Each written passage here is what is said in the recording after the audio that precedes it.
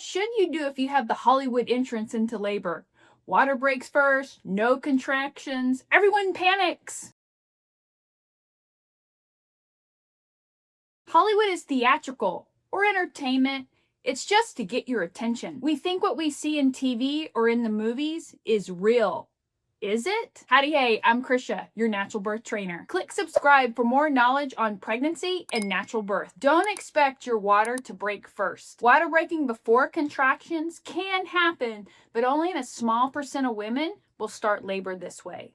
Most expecting moms will start labor with contractions. The water is more likely to break at the end of labor right before baby is born, just like other mammals birthing their live young in the wild. What if you are one of those women that starts your labor off with your water breaking first? First of all, stay calm.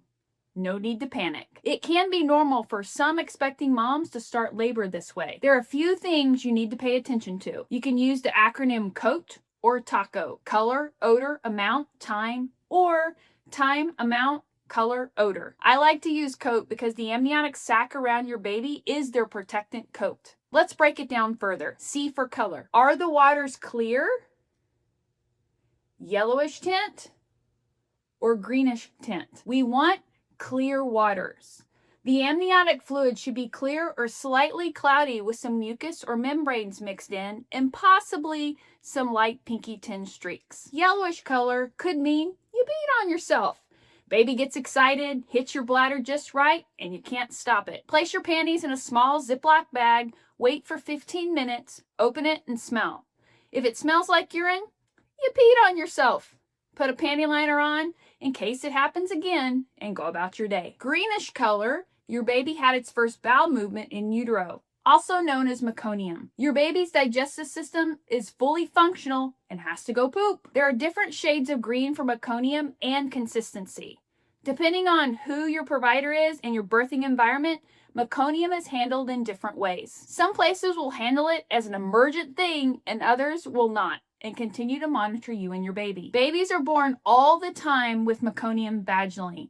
Meconium does not automatically equal cesarean. O for odor. It should not smell bad, foul, or like an infection. Some say it smells like sex. A for amount. Was it a gush of water or a trickle that starts and stops? A gush of water is the double amniotic sac has broken underneath the baby's head or butt if breached. This type of water release is what we see in Hollywood. I think my water broke. Camera pans down to a puddle of water between her legs. Another way the amniotic sac can break is have a tiny hole in it, which causes a start-stop trickle known as a high leak. Another way the amniotic sac can break is the outer sac called the chorion breaks and the inner sac called the amnion still stays intact. This type of break will cause a start-stop trickle as well. If you're unsure whether you're leaking amniotic fluid or not, you can always reach out to your provider to be tested, or you can go to your local pharmacy and buy pH paper to check yourself. It's better to ease your mind than to worry about it. T is for time.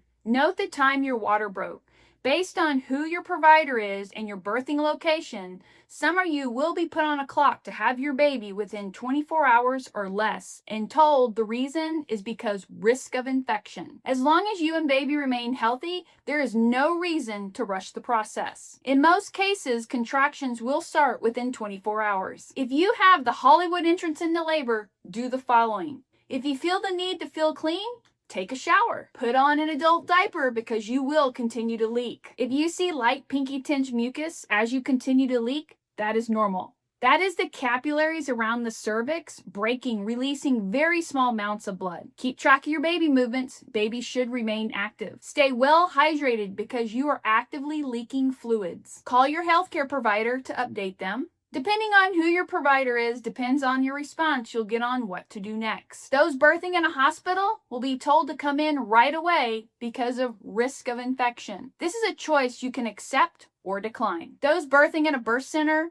or a home will be evaluated by your midwife or told to rest, hydrate well, and keep us posted of any changes. If you plan to stay home and wait for contractions to start, you can keep an eye on your temperature. If your temperature begins to rise or you start to not feel well or feverish, Call your provider with an update. Nothing goes in the vagina after your water releases. This decreases risk of infection. That means no cervical checks. Last tip on your water breaking before contractions. Make sure you don't have anything dangling between your legs after your water breaks. Very rare occurrence, but the umbilical cord can present first with a gush of water leaving the body. You can place your hand underneath your lady parts and feel for a cord. If you should be one of the few that have a cord prolapse, immediately get on the ground on your knees and chest to ground. Your bottom should be up in the air. This position helps keep baby from pressing down on the prolapse cord until help arrives.